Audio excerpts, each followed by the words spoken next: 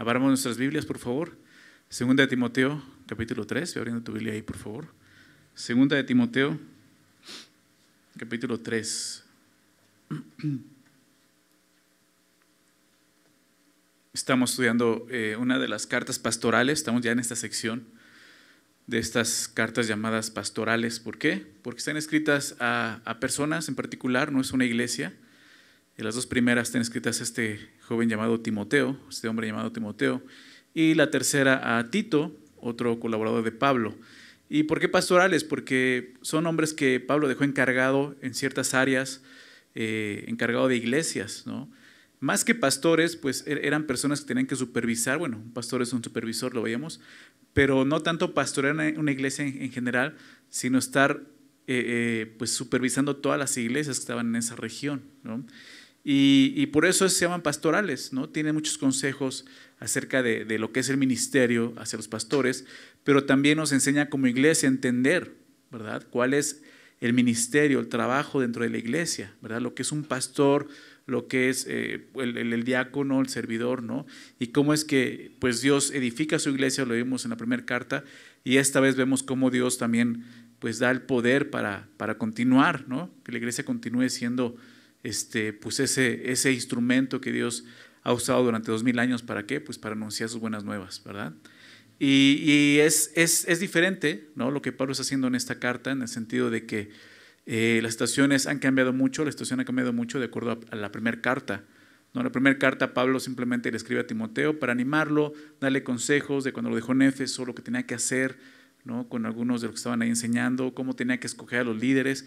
Pero ya en esta carta es diferente, porque hay dos cosas en particular, ¿no? Número uno, hay una persecución muy fuerte ya en la iglesia, hacia la iglesia, por parte de Roma, ¿no?, el emperador Nerón, ¿no? Están siendo perseguidos ya los cristianos más fuerte, una persecución más fuerte que la de los judíos, y pues estaban siendo asesinados muchos cristianos, arrestados, asesinados, entre ellos el apóstol Pablo escribe esta carta en prisión, ya está en cautiverio, en un calabozo, esperando, ya fue sentenciado a muerte, esperando pues obviamente su día de partir con el Señor, ¿no? Entonces escribe esta carta en esa situación, y pues esa persecución trajo mucha apostasía y mucho abandono de la fe. Muchos creyentes, aún amigos de Pablo, empezaron a dejar la fe por la persecución, ¿no? Entonces Pablo anima a Timoteo: hey, tú no vayas a hacer esto, ¿no? Prácticamente le está diciendo: tú confía en Dios, tú sigue adelante, no te desanimes, yo ya me voy a ir, pero tú vas a quedarte, ¿no? Sigue adelante, ¿no? Es lo que está tratando de hacer Pablo a través de esta carta, animando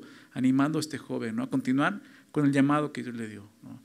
Era importante esto porque de alguna manera pues estaba en peligro la iglesia, no la iglesia, sino el mensaje, ¿verdad?, que la iglesia predicaba, ¿no? Obviamente Jesús dijo, ¿no?, sobre esta roca edificaré mi iglesia y las puertas del Hades no prevalecerán contra ella, ¿no? Fue la promesa de Jesús, y eso sucedió, ¿no? La iglesia ha vivido muchas persecuciones durante muchos siglos, ¿verdad? Y Dios ha perseverado su iglesia. ¿Por qué? Porque se trata de Él, no de nosotros. Se trata del mensaje que tenemos que predicar, ¿no? Pero es triste que muchas veces ni siquiera estemos padeciendo una persecución así, pero estamos silenciados, estamos callados, ¿verdad? Pablo le dijo allá a Timoteo: yo estoy preso, pero la palabra de Dios no está presa, ¿verdad? Aunque yo esté aquí en la cárcel, sigo hablando de Jesús, ¿sí? O sea, la idea de Pablo es esto: no calles, sigue adelante, sí, cumple tu ministerio, sigue con el llamado que Dios te dio, ¿verdad? Y lo que digo es triste que como iglesia ni siquiera necesitemos una persecución para callarnos, ¿verdad? Tenemos que predicar el evangelio. Esta carta nos anima a seguir adelante, a no claudicar, no desmayar, a seguir anunciando las buenas nuevas. Era algo que Pablo tenía muy claro. Él tenía una meta muy clara, ¿verdad? Era predicar el evangelio. Él entendía muy bien el llamado que Dios le había dado. No había otra cosa en su mente más que ese: tengo que cumplir, ¿no?, la encomienda que Dios me dio, ¿verdad? Ir y predicar el evangelio. Y esa es la encomienda de todos nosotros. Entonces esta carta, aunque está escrita a pastores, está escrita también para la iglesia, es para todos nosotros, ¿verdad? Así que vamos a continuar. Pablo va a seguir animando a Timoteo en esto, y vamos a ver del verso 10 al versículo 14, perdón, al verso 13, vamos a ver esa sección. Son 4 versículos, pero vamos a ver algunas cosas importantes, ¿sí? Quisiera leerlo, después de eso hacemos una oración para dar inicio. Dice el verso 10, ¿ya estás ahí? 1 Timoteo 3:10, 2 Timoteo 3:10, perdón. Pero tú has seguido, dice, mi doctrina, conducta, propósito, fe, longanimidad, amor, paciencia, persecuciones, padecimientos como los que me sobrevinieron en Antioquía, en Iconio y en Listra, persecuciones que he sufrido y de todas me ha librado el Señor. Y también todos los que quieren vivir piadosamente en Cristo Jesús padecerán persecución. Mas los malos hombres y los engañadores irán de mal en peor, engañando y siendo engañados. Señor, te damos muchas gracias por permitirnos reunirnos, Señor, para aprender más de ti. Eso venimos, Señor. Por eso te pedimos, te rogamos que seas tú hablándonos, dirigiéndonos, que sea tu Santo Espíritu, Señor, mostrándonos tu verdad, Señor, de una forma muy clara y que de una forma muy práctica podamos vivirla, Señor, y vivir en ella, obedecer todo lo que tú nos enseñas. Por favor, Señor, danos el entendimiento, pero también danos la voluntad, Señor, para que podamos rendirnos a lo que tú nos hables el día de hoy, Señor. Eso es lo que te pedimos en el nombre de Jesús. Amén. Comienza el verso ahí diciendo, pero tú, ¿no? Y este pero marca un contraste, pero, ¿verdad? Lo que está diciendo. En las dos cartas escritas a Timoteo, el apóstol Pablo maneja mucho los contrastes. ¿Se das cuenta de eso? Habla de esos hombres, ¿no? Pero tú, de Timoteo. Y nuevamente habla de estos hombres, pero tú no seas así, ¿no? O sea, está haciendo mucho esto, ¿no? Y lo vemos aquí también, ¿no? Entre los hombres impíos y los hombres de Dios piadosos, ¿verdad? Y lo vuelve a hacer aquí en esta porción. Pablo viene hablando de hombres, ¿recuerdas de una semana pasada? Amadores de sí mismos, verso 2, ¿recuerdas? Veamos los tiempos peligrosos, dice Pablo, a ver, tiempos peligrosos, ya comenzaron, porque veamos que los postreros días, los que habla aquí, los últimos días, son desde el tiempo en que vino Jesús hasta el día de hoy, 2000 años, ¿no? Y veamos tiempos peligrosos donde habrá este tipo de hombres, amadores de sí mismos, y nos dio una lista de las características de esas personas, ¿verdad? Y veamos que el problema principal y lo peligroso de esto es que esos hombres están dentro de la iglesia, no son personas que están fuera de la iglesia, eso es común, el mundo está lleno de esas personas, pero el problema es que estén dentro, entre nosotros, ¿no? Y aún personas que estén liderando, dirigiendo, ¿no? Por eso dice, vendrán esos tiempos peligrosos, ¿no? Esos hombres van a ser amadores de sí mismos, lo vimos toda la lista, ¿no? Pero tú, ¿no? O sea, el contraste que te decía, pero tú, ¿no? Has seguido, dice ahí, mi doctrina, ¿no? Conducta, propósito, fe. Aquí no lo traduce la Reina Valera como está en el griego, pero realmente Pablo hace mucho énfasis, porque realmente lo que dice es esto, pero tú has seguido mi doctrina, mi conducta, mi propósito, mi fe, mi longanimidad, mi amor, mi paciencia, mis persecuciones, mis padecimientos. Solamente en cada uno dice mi. Y no es que Pablo esté enfocado en sí mismo, sino está dejando muy claro, yo te he dado un ejemplo, Timoteo.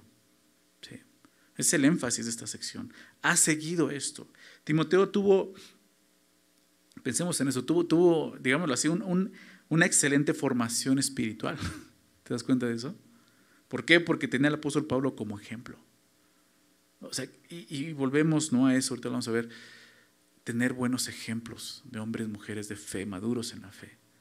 Timoteo fue una persona muy bendecida por Dios, ¿verdad? Al llamarlo, ¿no?, a estar al lado de Pablo, sirviendo, siendo un compañero y colaborador de Pablo, aprendiendo de este hombre, el apóstol Pablo. Y Pablo no está jactando de nada. Realmente él llega a ponerse como ejemplo, ¿verdad? Él mismo le dice a los corintios, ¿no? Imítenme a mí. Y eso es fuerte, ¿no? O sea, que alguien pueda decir, imítame a mí. O sea, eso es una responsabilidad más que otra cosa, más que una jactancia, es una gran responsabilidad. ¿Por qué? Porque tú estás diciendo, puedes imitarme a mí, ¿por qué? Porque yo estoy haciendo lo que Cristo me ha enseñado, ¿verdad? Y ese es el sentido de Pablo cuando le dice a los corintios, imítenme a mí. ¿Por qué? Porque yo estoy imitando a Cristo. O sea, el ejemplo más cercano que los corintios, bueno, ese ejemplo los corintios tenían de Jesús era el apóstol Pablo, ¿no? Pero Timoteo estuvo todo el tiempo con el apóstol Pablo. Entonces, Timoteo tuvo la oportunidad de tener, como te decía, esta excelente formación espiritual. ¿Por qué? Porque siempre estuvo al lado de este hombre, aprendiendo del apóstol Pablo durante un par de décadas, quizás un poquito más, caminando con él. Ha seguido, esta palabra seguido significa seguir de cerca o acompañar, ¿no? Y lo puedes ver en el libro de los Hechos, se mencionan en alguna de las cartas del apóstol Pablo, es mencionado a Timoteo, ¿no? Si pones atención cuando menciona a Timoteo, Fue un hombre que siempre estaba al lado de Pablo. Fue útil. Muchas veces fue útil para Dios. Cuando Pablo necesitaba a alguien, mandar a alguien a una iglesia en particular con toda la confianza, estaba Timoteo al lado de él y lo enviaba sin dudar. Es este hombre, ¿no? Entonces él aprendió mucho, él acompañaba a Pablo. Timoteo había estado acompañando al apóstol Pablo durante los últimos viajes misioneros. Durante todos esos años vio un testimonio fiel, un testimonio real de un hombre que confiaba y servía al Señor con una profunda convicción. El apóstol Pablo. Creo que de los hombres con mayor convicción que vemos en la palabra de Dios, definitivamente es el apóstol Pablo, ¿verdad? Un hombre con tanta convicción, si recuerdan, un día reprendió al apóstol Pedro. ¿Recuerdan? En Galatas dice, no por su hipocresía, porque de repente Pedro ya estaba desviando, ¿no? Y Pablo le dice, a ver, Pedro, ¿qué onda? Es un hombre con esa convicción, ¿no? de saber a quién seguía, ¿no? A Jesucristo. Y pensaba en esto, y otras veces hemos hablado de eso, en Gálatas también lo menciona, ¿no? Como hay una parte donde dice que él fue al desierto, ¿no? Durante 3 años estuvo en el desierto. Algunos dicen ahí fue donde realmente fue discipulado por Jesús, normalmente Jesús resucitado, ¿no? Y muchos cuestionan eso, ¿no? ¿Cómo que Jesús estuvo con Pablo, Pablo con Jesús? Yo creo que sí, al ver esto dices, definitivamente, o sea, Pablo, sabemos, fue un discípulo de Jesús en su ministerio terrenal. Pablo se convirtió a Cristo después de que Jesús había muerto y resucitado, lo sabemos, ¿verdad? En camino a Damasco se le apareció Jesús. Yo creo sinceramente que ese tiempo en Arabia Jesús se le apareció y lo discipuló, caminó con Jesús, porque vemos una convicción, ¿verdad? Una convicción muy fuerte del apóstol Pablo. Al grado de decirle esto a Timoteo. Tú has seguido esto, Timoteo. O sea, ponse como ejemplo. O sea, tú has tenido un ejemplo de una fe real. Como te decía, sin estarse jactando. O sea, Timoteo no puede decir, pues es que yo he visto a Pablo, ¿no?, fallar en algunas cosas. Definitivamente era un pecador, sí. Pero fue un hombre que conocía el arrepentimiento, ¿verdad? Y no había algún reproche que podía haber de parte de Timoteo hacia Pablo. Por eso Pablo le dice esto, tú me has seguido, has estado conmigo, me has acompañado, has visto mi vida, has visto mi proceder, ¿verdad? Me has seguido. Esta palabra seguir, déjame citar a William Barclay, un erudito del griego bíblico, también comentarista. Él escribió esto acerca de esta palabra. Dice, esta palabra quiere decir seguir a una persona físicamente, vincularse con ella a las duras y a las maduras. Dice, también quiere decir seguir a una persona intelectualmente, atender con diligencia a su enseñanza y comprender plenamente el significado de lo que dice. Y dice, también quiere decir seguir a una persona espiritualmente. No solamente entender lo que dice, sino también poner en práctica sus ideas y ser la clase de persona que quiere que seamos, ¿no? Ese sentido de esta palabra seguir, que dice más, ha seguido. O sea, definitivamente Pablo conocía a Timoteo y sabía todo lo que Timoteo había recibido, ¿no?, al acompañar a Pablo durante tantos años, ¿verdad? No sé cuántos años tengas en Cristo. A lo mejor ni un año tienes. A lo mejor dices, no, yo tengo poquito, ¿no? A lo mejor tienes 5, 10, 20 años.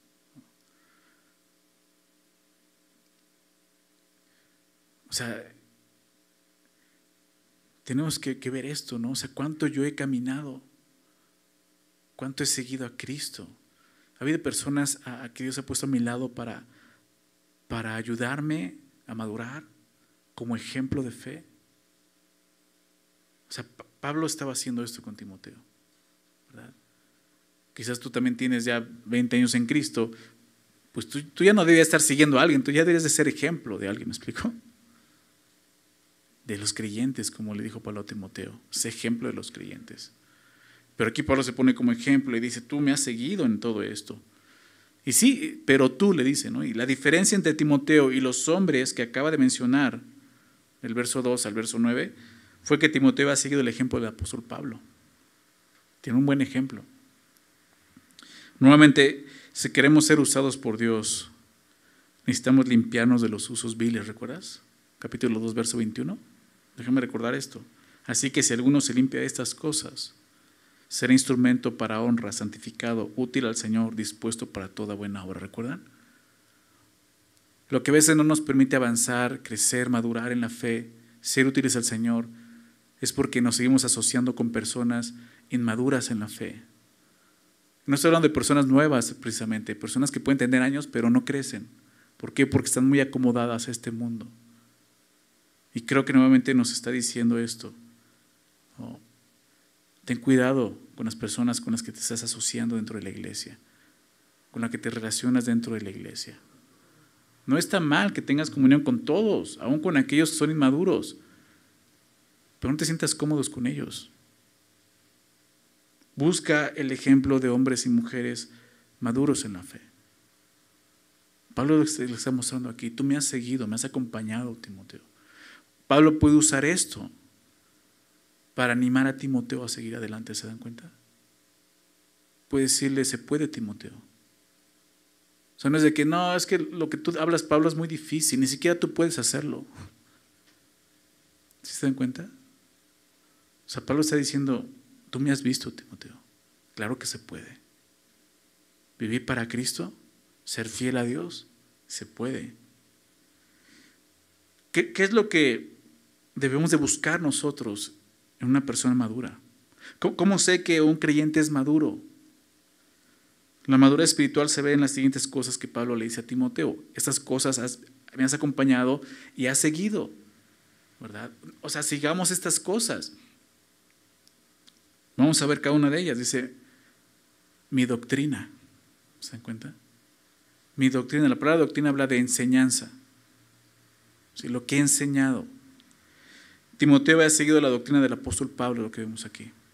Durante todo este tiempo escuchó a Pablo predicar, hablar, tanto en púlpitos como en una plática común entre personas. Hablaba lo mismo. Sí. Predicaba lo mismo, enseñaba lo mismo. La doctrina de Pablo, importante, era apostólica, ¿no? ¿A qué me refiero con esto?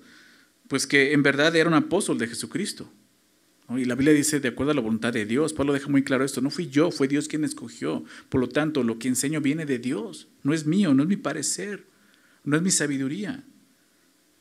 ¿Sí? Esto quiere decir que su doctrina era totalmente divina, venía de Dios. Por eso te decía, yo estoy seguro que realmente Pablo pasó tiempo con el Señor Jesús, ¿verdad? Así como los discípulos pasaron 3 años con Jesús en esta tierra, caminando con Él, aprendiendo de Él, Pablo también. Y aprendió muchas cosas del Señor Jesús. Él mismo dice, ¿no? También les he enseñado lo que yo mismo recibí del Señor. Entonces Pablo fue instruido en la doctrina por Jesús. Y la gran comisión, la comisión que Jesús le da a los apóstoles, discípulos en ese momento, y se convierten en apóstoles enviados, y que es para todos nosotros, es ir por todo el mundo y predicar el evangelio, hacer discípulos, ¿verdad? Pero Jesús les dice algo muy claro, enseñándoles todas las cosas que yo les he mandado, que les he enseñado. ¿Qué es eso? Su doctrina, ¿verdad? La doctrina apostólica precisamente es la doctrina de Jesús.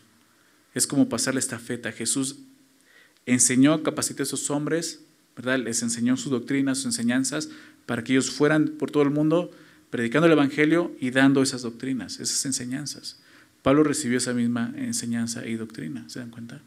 Por eso es tan importante tener cuidado con aquellos que el día de hoy se dicen que son apóstoles de Jesucristo, ¿verdad? Lo hemos dicho otras veces y creo que es buen momento de volver a repetir. Ya no hay más apóstoles de Jesucristo. Solo hubo 12 apóstoles de Jesucristo, entre ellos el apóstol Pablo. ¿Okay? Los 11 que quedaron, ¿recuerdas? Judas se ahorca, muere, y el lugar lo toma como apóstol Pablo. Judas nunca fue un apóstol, porque él murió, ¿verdad? Antes de que Jesús resucitara. Entonces, Pablo se convierte en el 12º apóstol de Jesucristo y hasta ahí, ya no hay más apóstoles de Jesucristo. ¿Por qué? Porque decir que es un apóstol de Jesucristo es decir, yo tengo la autoridad de enseñar la doctrina de Jesús. Entonces, aguas.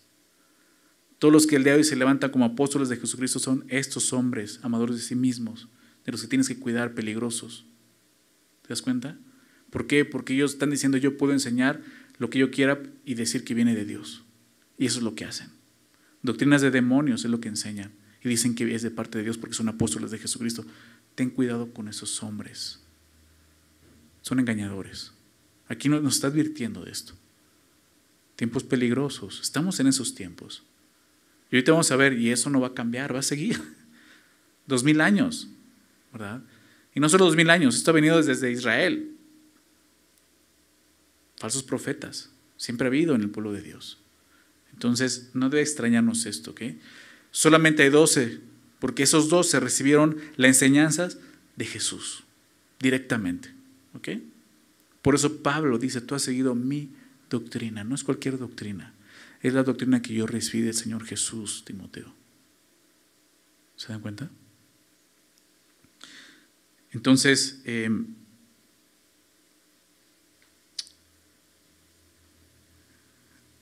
Pablo dice, ha seguido mi doctrina. Y lo interesante también es esto, en el siguiente capítulo, capítulo 4, Pablo le dice a Timoteo que muchos no tolerarán la sana doctrina. Déjame leer esto, el verso 3, capítulo 4, verso 3, allá adelante. Dice, porque vendrá tiempo cuando no sufrirán la sana doctrina. La palabra sufrir es, no van a soportarla, así, no la van a tolerar, sino que teniendo comezón de oír se amontonarán maestros, no congregantes, maestros, conforme a sus propias concupiscencias. ¿Te das cuenta? Y es lo que sucede el día de los tiempos peligrosos. Hombres que está la doctrina bíblica tan clara, pues dicen, no, eso no le gusta a la gente, vamos a darle lo que ellos quieren. ¿Verdad? Háblales de salud, de prosperidad. Eso atrae gente. Sus propias concupiscencias. No toleran la sana doctrina, ¿te das cuenta? Lo vamos a ver en el capítulo 4.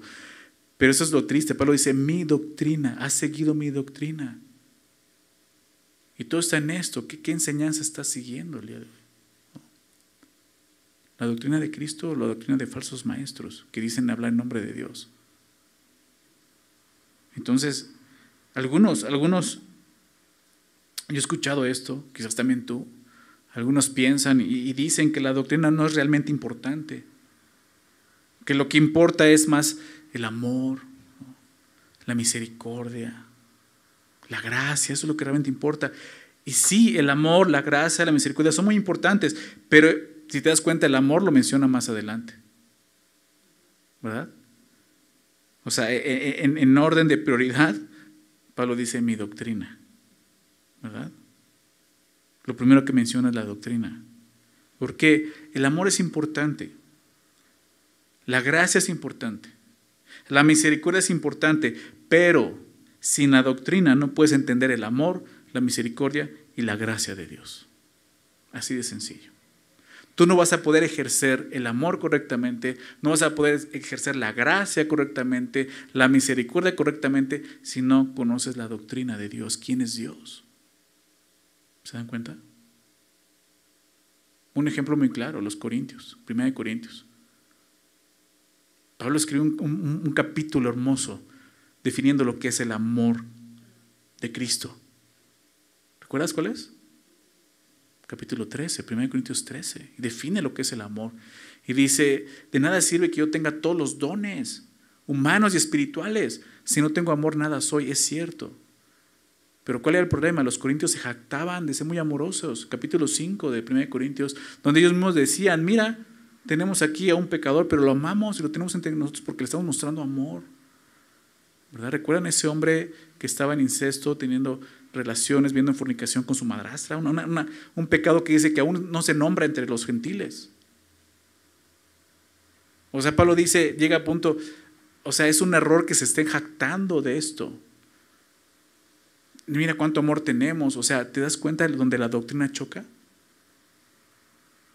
O sea, en lugar de exhortar, de confrontar a esa persona por amor, están tolerando su pecado. Y Pablo en 1 Corintios 13 dice, el amor no hace nada indebido. ¿Verdad? El amor se goza de la justicia. ¿Verdad? De la verdad. No hace nada indebido. Entonces, necesitamos conocer la doctrina para poder amar correctamente. ¿Se dan cuenta? Esas personas que dicen, no, la doctrina no importa, lo que importa es realmente el amor. No vas a poder amar si tú no conoces la doctrina de Cristo. ¿Quién es Él? Lo que ha hecho por nosotros, su santidad, sus atributos. el llamado que te ha dado a santidad, que entiendas el pecado. Entonces esto es bien importante. La doctrina es importante para nosotros, sí.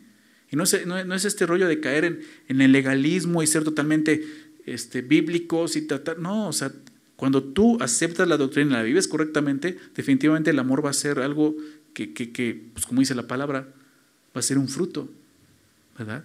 Se va a dar por sí solo, algo natural en tu vida.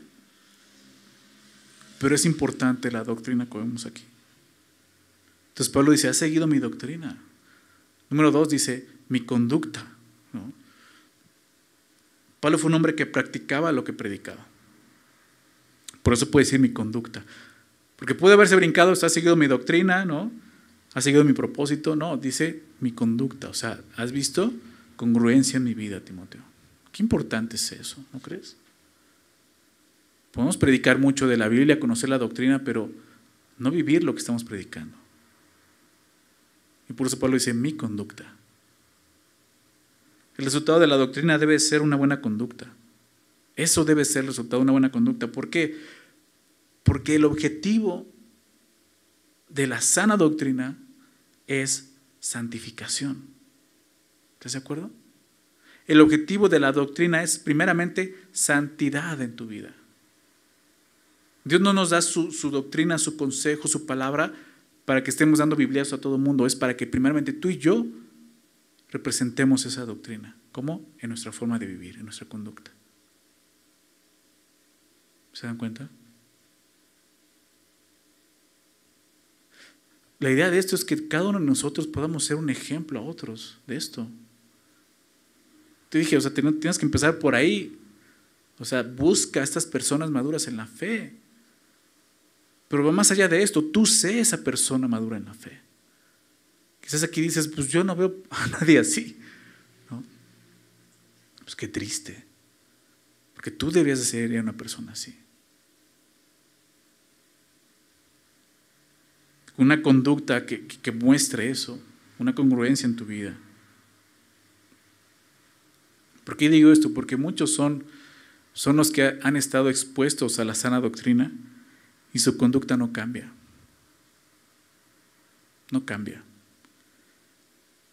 Entonces, ¿falla la palabra de Dios? No. Fallamos nosotros. Lo que sucede es que en realidad no estás siguiendo la doctrina, ¿te das cuenta? Siguiendo la doctrina te va a llevar, o sea, viviéndola, practicándola, te va a llevar una buena conducta, un buen testimonio. Dios nos ha revelado su voluntad a través de santos hombres inspirados por su Santo Espíritu. ¿Para qué? Para que nosotros creamos y obedezcamos. Para eso, principalmente. La doctrina, la sana doctrina, es para ti, para mí. ¿Para qué? Para transformarnos. De esa manera vamos a poder ser ejemplo a otros, con una buena conducta. De nada sirve estar en un lugar donde se enseña una sana doctrina si no estamos dispuestos a seguirla. ¿Verdad? De nada sirve. Hay personas que se jactan de eso y defienden eso. No, en mi iglesia es sana doctrina, pero pues no se ve. ¿Me explico? Tu conducta no muestra eso. De nada sirve estar en un lugar así donde aprendas sana doctrina si tú no vas a obedecer. Al contrario, es algo más peligroso. ¿Por qué? Porque, o sea, estar expuesto a la doctrina y no obedecerla, pues te va a condenar más, ¿verdad? Es más peligroso que estar en un lugar donde no se enseña sana doctrina. Por lo menos te vas a pasar de ignorancia. Pues es que yo no sabía que era así. Pero ya estando aquí, no tienes pretexto, ¿verdad? Cuando la sana doctrina es obedecida, produce una conducta santa. Produce hombres y mujeres santos que reflejan la santidad. Pablo era uno de ellos y por eso le decía a Timoteo, tú has seguido mi conducta. Número 3, dice mi propósito. Mi propósito. La doctrina no solo va a afectar tu conducta, la doctrina también te dará un propósito diferente en este mundo. Y Pablo lo vio de esa manera. Conocemos el testimonio de Pablo, Hechos capítulo 9. Un hombre muy feroz llamado Saulo de Tarso, era él, persiguiendo a la iglesia y yendo a camino a Damasco, se encuentra con Jesús en el camino. Simplemente Jesús se aparece y con su resplendor lo tira al suelo, lo deja ciego, y Pablo entiende y dice: ¿quién eres, Señor? Jesús le dice: yo soy Jesús a quien persigues. Persigue a la iglesia pensando que sea lo correcto delante de Dios, pero se encontró con el Señor Jesús resucitado. ¿Quién eres, Señor? ¿Y qué quieres que yo haga? Se rindió al Señor. Desde ese momento la vida de Pablo cambió totalmente. Tuvo un propósito diferente, ¿se dan cuenta? Ya no era perseguir a la iglesia, era seguir a Cristo. Así sucede. Cuando venimos al Señor, nuestra vida sufre un cambio totalmente en conducta, pero también en esto, en propósito.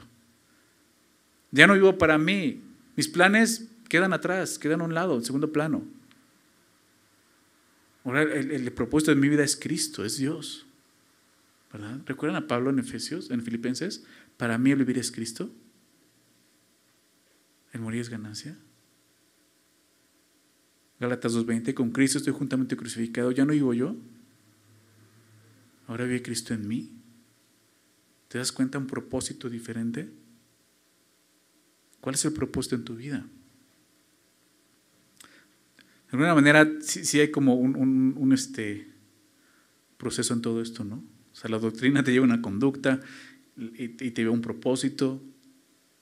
Quizás no llegas a ese propósito porque pues nada más la doctrina no lo obedeces, no hay una buena conducta, pues menos vas a tener un propósito para Dios, vivir para Dios. Sigues viviendo para ti. O sea, no puedes vivir para otra cosa. O vives para Él o vives para ti, ¿verdad? Pablo tenía un propósito muy claro. Su propósito era Cristo. Su propósito era obedecer el llamado que Dios le había encomendado. Un llamado que él mismo dice varias veces: lo recibí por gracia, yo no lo merecía, así lo recibimos nosotros. Mi propósito es cumplir el llamado que Dios me dio, predicar el evangelio a judíos y a gentiles, a todos. Y por eso animo a Timoteo. Timoteo, tú has seguido esta doctrina, tú has seguido mi conducta, tú has seguido ese propósito. ¿Se dan cuenta? Le está animando. Igual para nosotros. Dios está animándonos el día de hoy a seguir estas cosas. Número 4 dice: mi fe, ¿verdad? Mi fe. De repente hablar de la fe es algo muy abstracto, ¿verdad? Pero aquí vemos que es algo que puedes ver en otras personas o que puedes mostrar. Mi fe. Si lo que estamos buscando y queremos es seguir a Cristo, es absolutamente necesaria la fe. No hay otra forma de seguir a Jesús si no es por fe. Hebreos 11, ¿verdad?, define lo que es la fe. Es pues la fe, la certeza de lo que se espera, la convicción de lo que no se ve, ¿recuerdan? Y más adelante, verso 6 dice: porque sin fe es imposible agradar a Dios, porque es necesario que el que se acerca a Él crea que le hay. Imagínate, te acercas a un Dios que hasta dudas si estará o no estará, si será cierto, si existirá. O sea, así están los paganos, ¿no? Aquellos que adoran ídolos, otros dioses, realmente, y a veces tienen más fe que nosotros, pero están adorando a ídolos que si una vez vivieron ya no están, y muchos de ellos ni siquiera existieron. Pero nosotros nos estamos acercando al Dios vivo y verdadero, dice la palabra de Dios, ¿verdad? Dios que vive, existe. Sin fe es imposible agradar a Dios, porque es necesario esto, que el que se acerca a Él crea que le hay y que es galardonador de los que le buscan, dice Hebreos 11:6. O sea, tenemos que creer en Dios. No hay otra forma de poder caminar en esta carrera que tenemos por delante, si no es por fe, ¿verdad? Mas el justo por la fe vivirá. Somos salvos por fe, pero también para fe, ¿no? Por fe y para fe, dice ahí Romanos 1.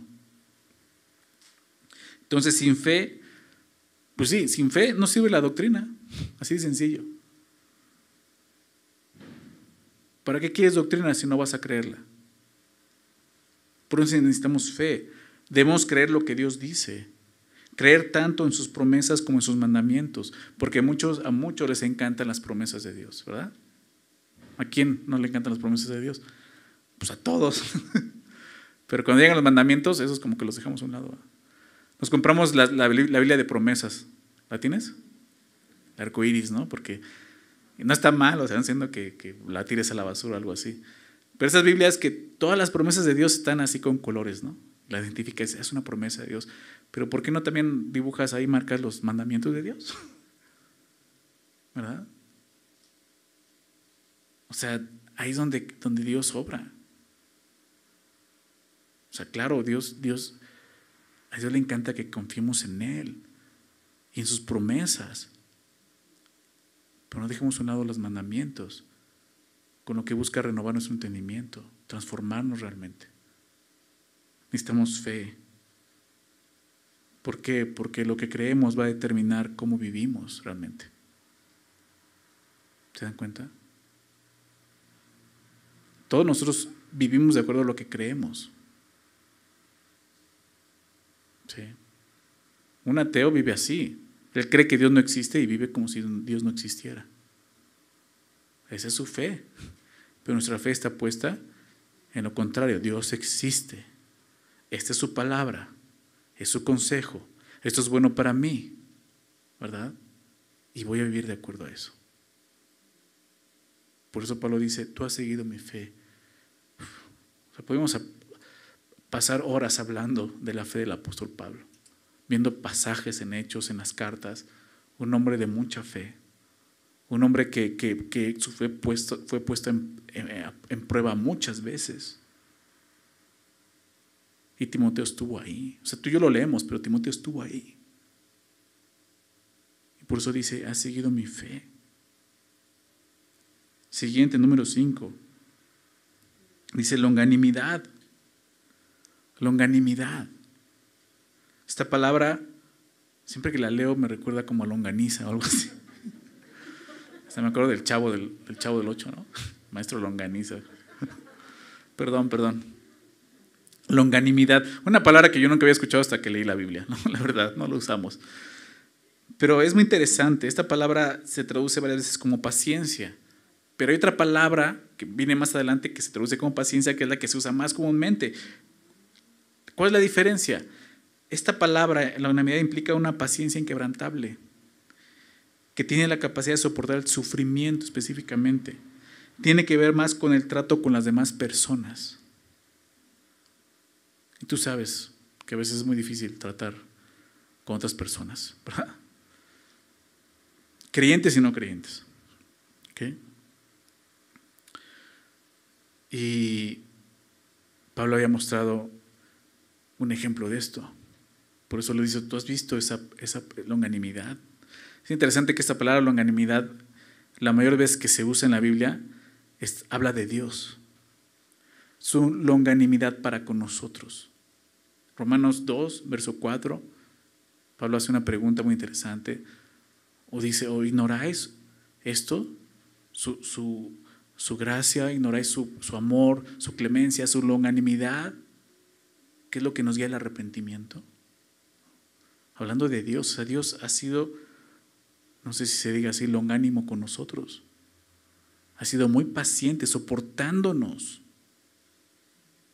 soportando nuestro pecado. Entonces esa palabra es cuando el apóstol Pedro habla de esto, de que muchos se burlan de Dios, de a ver, ¿cuándo va a venir? ¿No? ¿No que iba a venir? No ha llegado. No ha dado de Jesús su venida. Y dice, lo que ellos no saben es que Dios es paciente para con nosotros. Realmente es paciente, es la palabra longanimidad.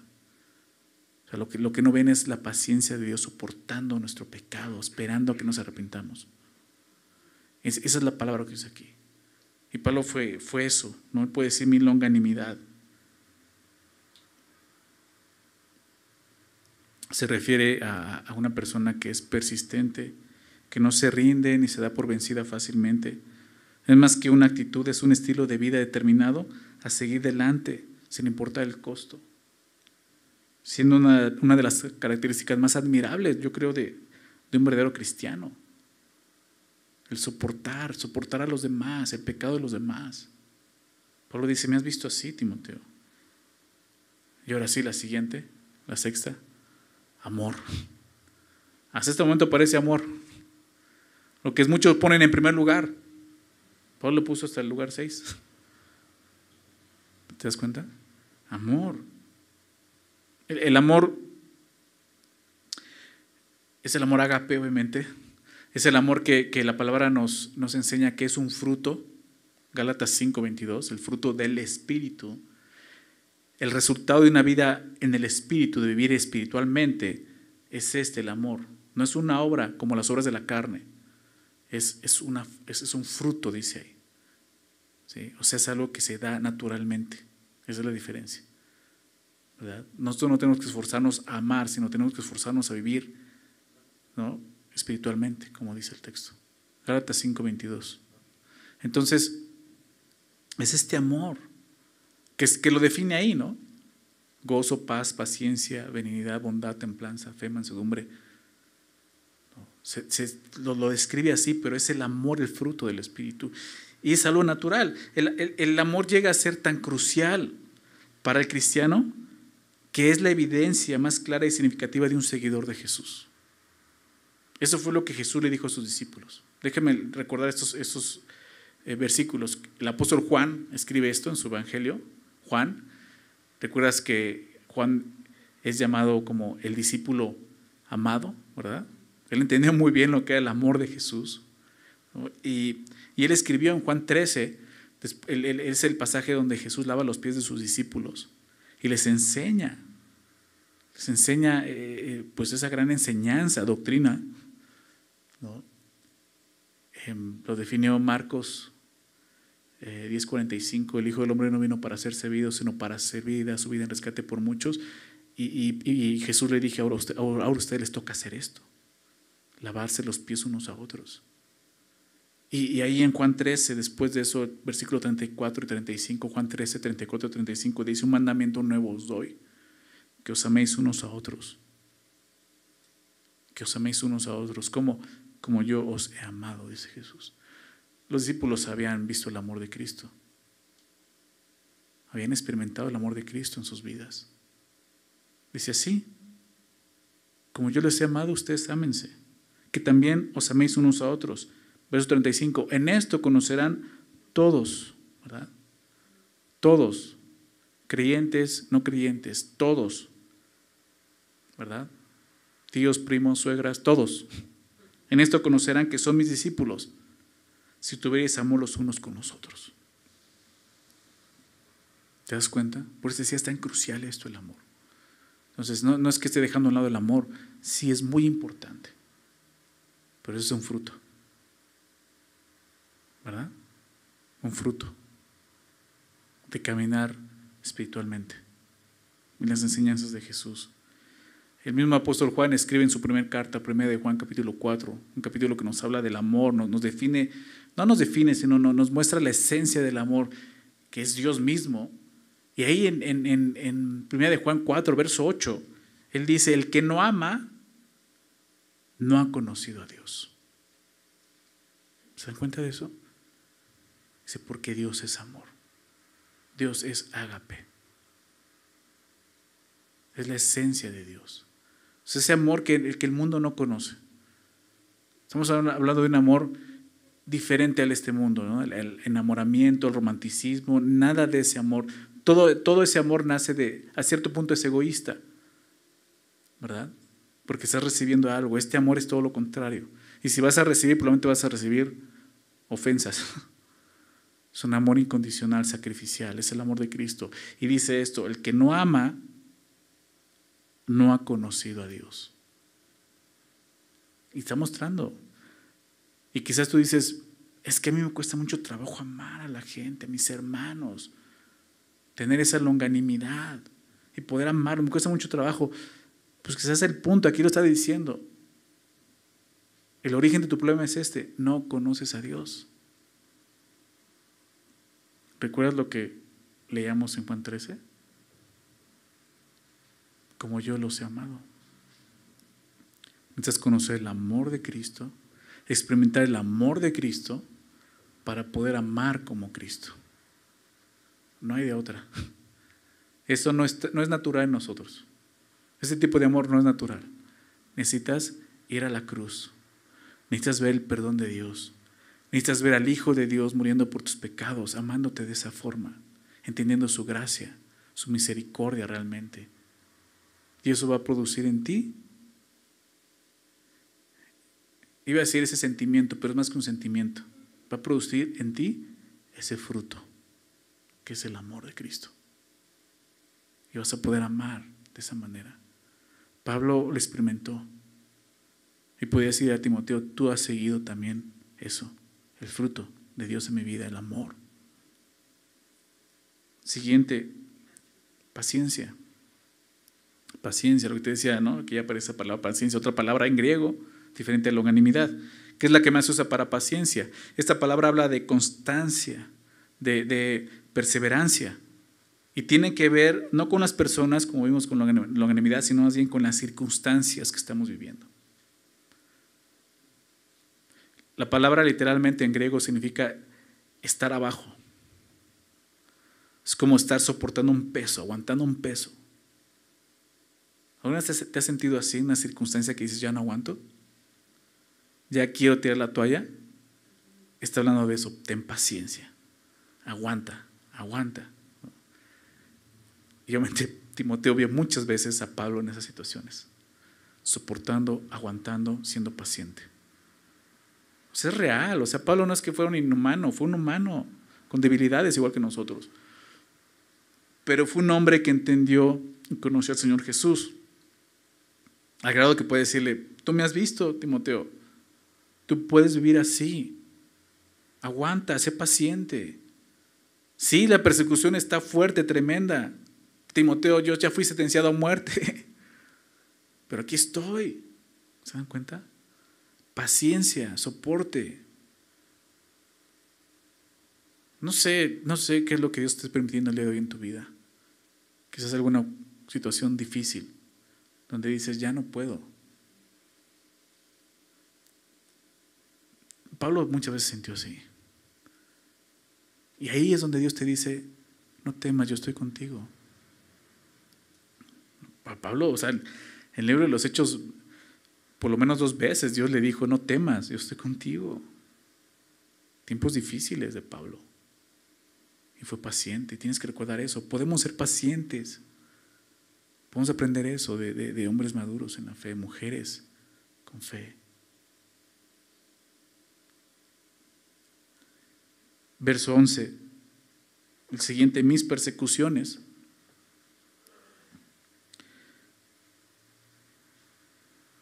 Interesante, después de ser un gran perseguidor de la iglesia, el apóstol Pablo se convirtió en uno de los hombres más perseguidos de su tiempo, ¿no? Empezando por los judíos y ahora por el imperio romano. Él entendió eso, por eso mis persecuciones. Y solo dale un vistazo al libro de los Hechos, vas a ver cómo Pablo fue perseguido, padeció. Ahorita vamos a ver eso, pero o sea, es real. O sea, Timoteo fue testigo de eso. O sea, él pudo ver cómo Pablo fue un hombre que fue perseguido por judíos, por incrédulos.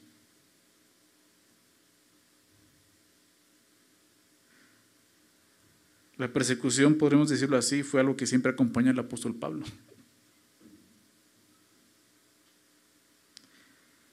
Por último dice, mis padecimientos.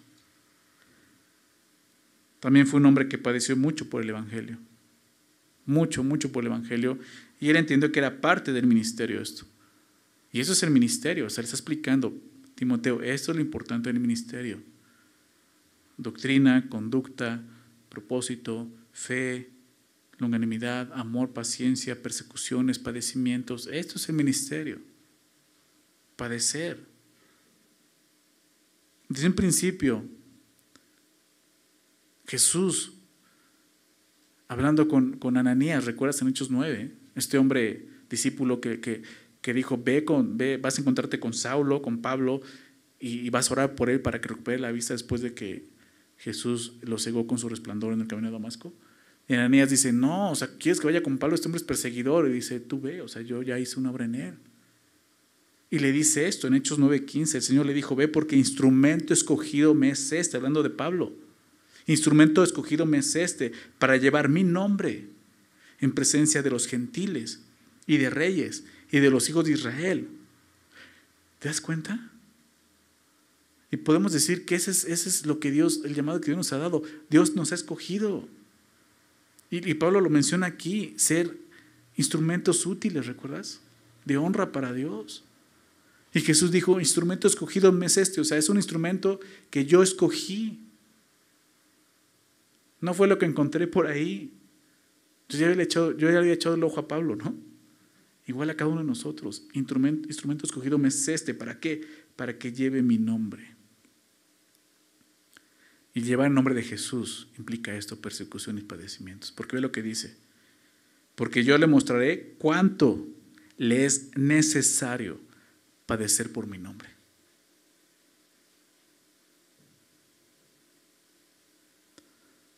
Le es necesario padecer por mi nombre. Y es el punto, muchos no quieren llevar el nombre de Cristo. Se dicen cristianos, pero realmente no quieren llevar el nombre de Cristo. Pero implica eso, padecer por su nombre. Y Timoteo fue testigo de muchos de sus padecimientos. Por eso dice ahí en el verso 11, como los que me sobrevinieron en Antioquía, en Iconio, en Listra, persecuciones que he sufrido. Esas regiones que menciona Antioquía, Iconio, Listra, estaban en la provincia de la que Timoteo era originario. Por lo tanto, eran padecimientos que Timoteo conocía. ¿Por qué digo conocía? Aquí podemos estar seguros que realmente Timoteo no lo acompañó en esos padecimientos. Conoció esos padecimientos. ¿Por qué? Timoteo era de la ciudad de Listra, lo vemos en Hechos capítulo 16, donde Pablo conoce a Timoteo. La ciudad en la que Pablo fue apedreado hasta que lo dieron por muerto, ¿recuerdas? Fue ahí, Listra. Y lo sacaron de la ciudad.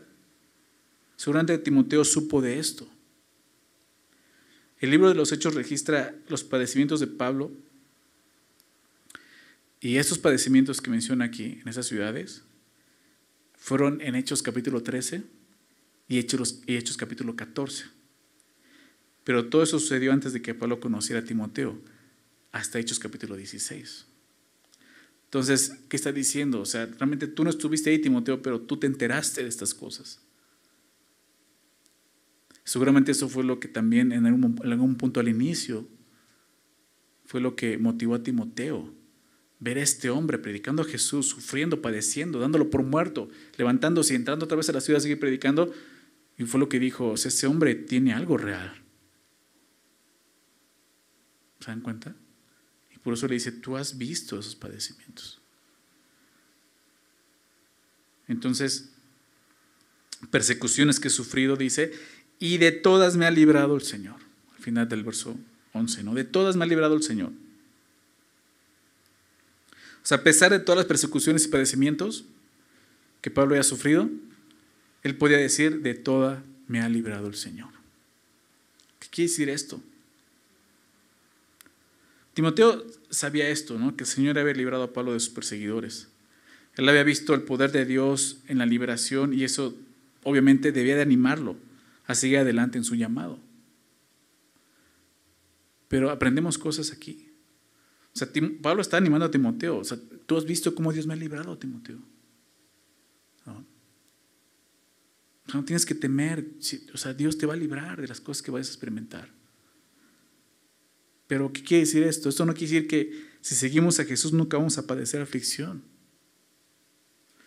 Porque el Señor nos librará. No, muchos predican eso. ¿Verdad? Dios no te va a permitir pasar por el fuego. Dios no te va a permitir pasar por la prueba. No vas a padecer, no vas a sufrir. O sea, pare de sufrir. Si te das cuenta, dice esto. Verso 11 dice, persecuciones que he sufrido. ¿Te das cuenta? O sea, se ha sufrido.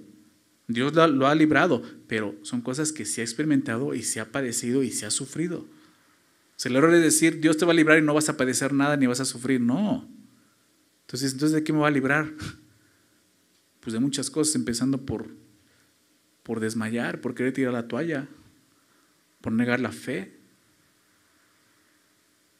Pues al final yo creo que se refiere a ser librado. ¿Por qué? Porque Dios tiene un propósito para su vida. En tu primer encarcelamiento en Roma, Hechos capítulo 28 se queda ahí, Pablo estaba en un arresto domiciliario. Sin embargo, él sabía, estaba seguro que iba a estar libre. ¿Por qué? Porque un Dios le dijo, o sea, es arrestado de Jerusalén y Dios le dice, no te preocupes, vas a llegar a Roma. Y Pablo llegó a Roma, donde quería ir, todo pagado, ¿verdad? Por el Imperio Romano, pero en cadenas. Pero llegó a Roma, ¿no? O sea, te das cuenta, Dios lo llevó porque tiene un propósito. Pero ya aquí en esta carta, lo vamos a ver en el siguiente capítulo, ya dice, yo ya estoy, ¿no?, para ser sacrificado. O sea, ya de aquí ya no voy a seguir adelante. Pero aún menciona, pero me librará el Señor.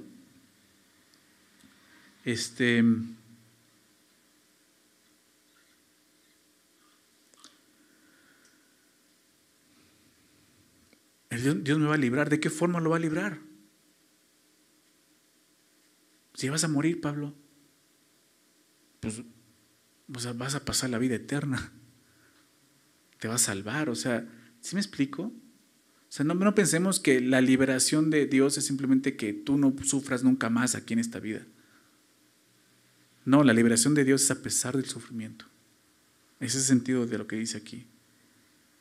¿Por qué? Porque te decía, la liberación del Señor tiene que ver con su propósito y su voluntad.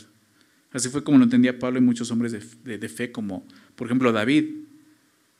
El rey David escribe, déjame citar este versículo, Salmo 34, 19. Salmo 34, 19 dice, muchas son las aflicciones del justo.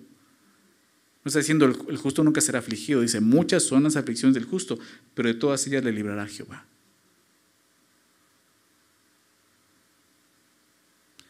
¿Sí me explico? No está diciendo que Dios te va a librar de la aflicción y de sufrir. Está diciendo, vas a sufrir, vas a padecer, vas a pasar por ahí, pero yo te voy a librar. ¿Por qué? Porque yo tengo un propósito. ¿A qué voy con esto? Nuestra vida no termina. No, el fin de nuestro tiempo aquí no es determinado por la maldad, sino es Dios quien determina el tiempo en que tú y yo vamos a estar en esta tierra. A fin de cuentas, si Dios permite que pasemos por el valle de sombra de muerte, dice David, no temerá mal alguno.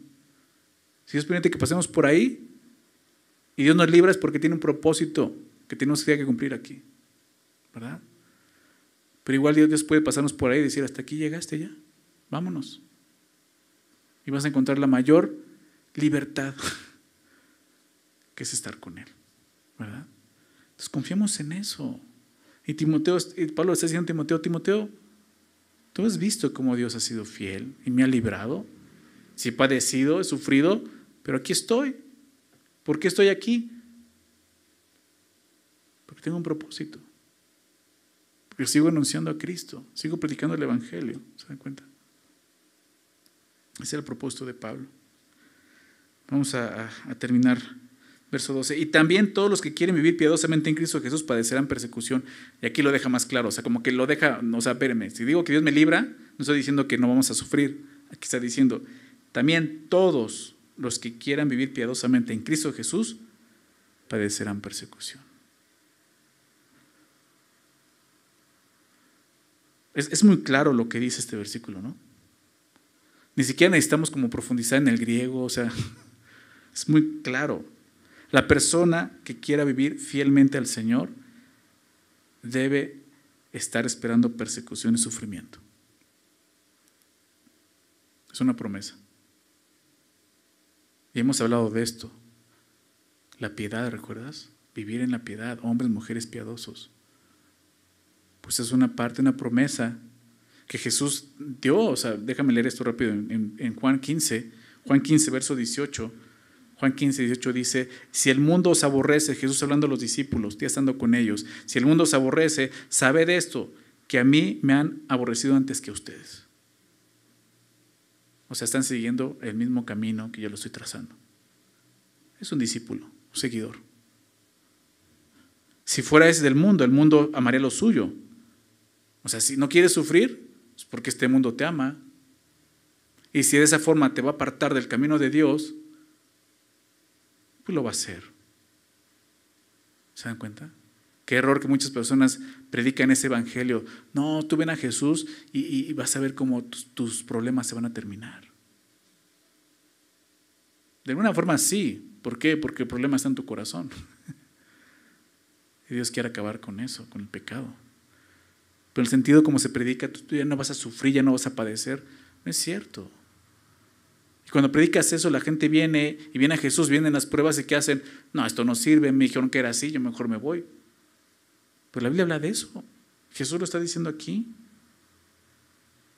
Si fueras del mundo, el mundo amaría lo suyo, pero porque no sois del mundo, antes yo os elegí del mundo. Nuevamente nos recuerda eso, la elección. Yo te escogí, por eso el mundo os aborrece, porque eres mío. El mundo me aborrece a mí, dice Jesús. Esa es la verdad. Acordaos de la palabra que yo os he dicho, el siervo no es mayor que su Señor. Si a mí me han perseguido, también a ustedes os perseguirán. Si han guardado mi palabra, también guardarán la vuestra. Esto es doctrina, ¿se dan cuenta? Pablo entendió esto. Si yo sigo a Jesús, esto es lo que me espera. ¿Por qué? Porque Jesús vivió lo mismo. Verso 21, más todo esto os harán por causa de mi nombre, porque no conocen al que me ha enviado.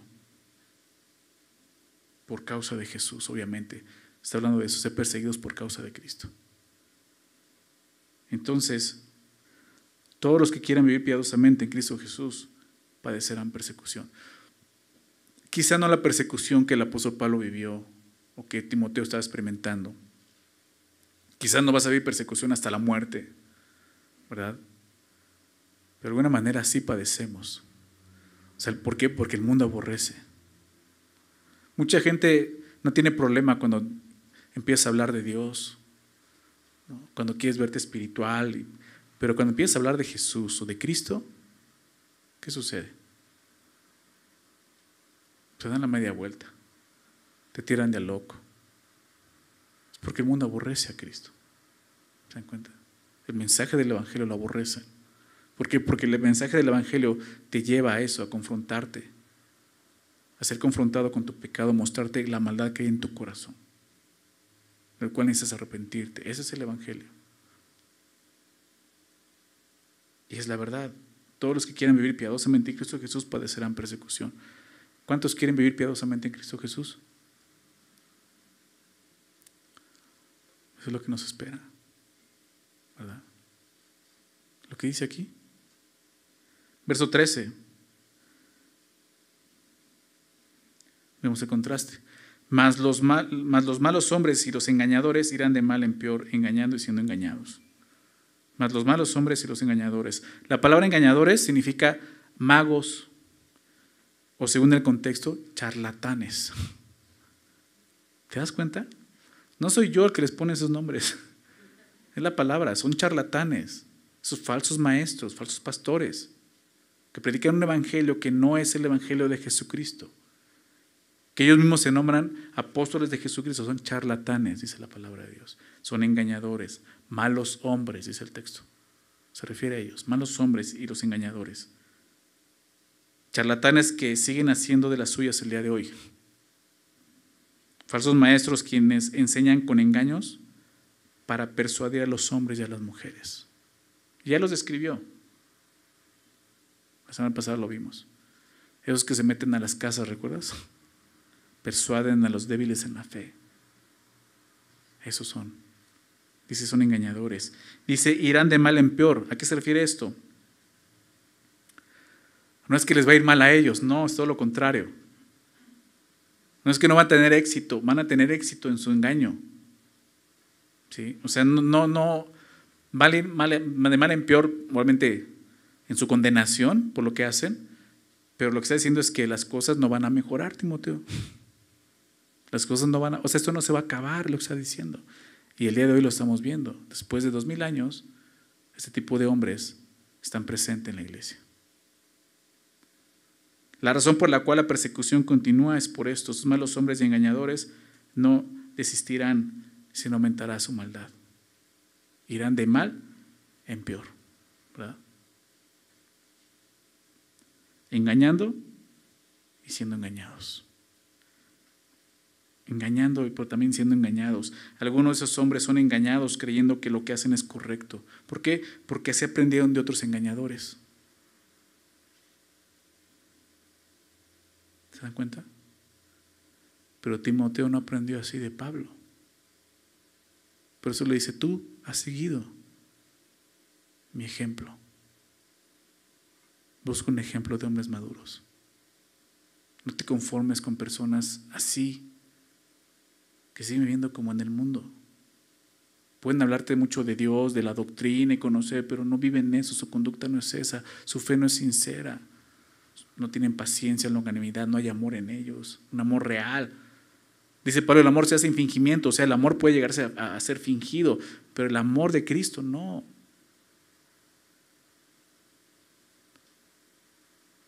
Entonces, aquí nos está diciendo esto. Nuevamente, Dios nos está animando a madurar, a crecer, a seguir adelante, a no estancarnos. Como te decía en un inicio, el día de hoy no estamos pasando una persecución como la que está viviendo aquí la iglesia, como para decir, oye, yo ya quiero tirar la toalla. No, es peor. ¿Por qué? Porque ni siquiera eso tenemos y estamos muy cómodos viviendo en el mundo. Estancados, conformándonos con que pues ya soy salvo, no voy a la iglesia, alabo a Dios, oigo la palabra, me gusta escuchar, no obedezco, pero me gusta lo que dicen. No te conformes con eso. ¿Sabes por qué? Porque se está perdiendo lo más importante. El propósito, el llamado que Dios nos dio, no solo de predicar el evangelio, sino de mostrarlo. Como veíamos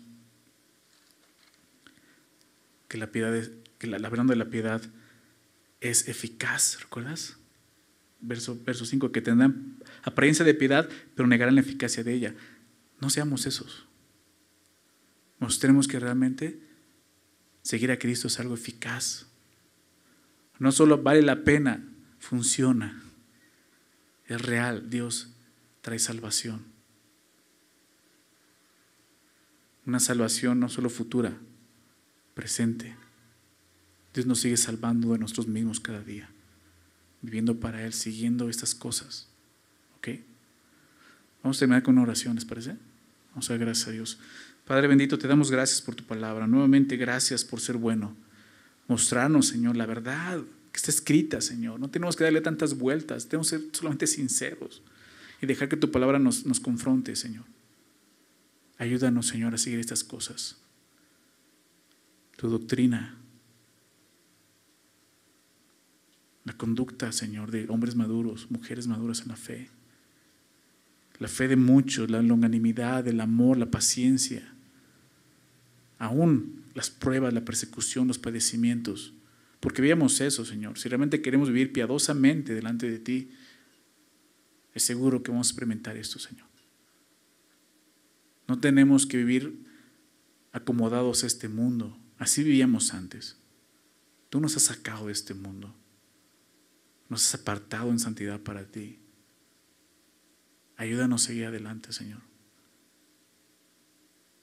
Sácanos de nuestro confort, Señor. Ayúdanos a hablar de ti, a predicarte y sobre todo, Señor, a reflejar ese evangelio. Vivir piadosamente delante de ti, Señor. Gracias por tu palabra, Señor. Gracias, Señor, porque aunque son palabras que pueden sonar fuertes, son consuelo y ánimo para nuestra vida, Señor. Como creyentes, así lo recibimos. Y te damos gracias, Señor. Gracias por amarnos, por no dejarnos, Señor, en ese conformismo, Señor. Tú quieres que sigamos madurando y creciendo en la fe. No solo buscando los ejemplos que veamos de fe, de hombres maduros, sino siendo nosotros mismos esos ejemplos. Ayúdanos, Señor, a hacerlo, por favor. Te lo pedimos en el nombre de Jesús. Amén.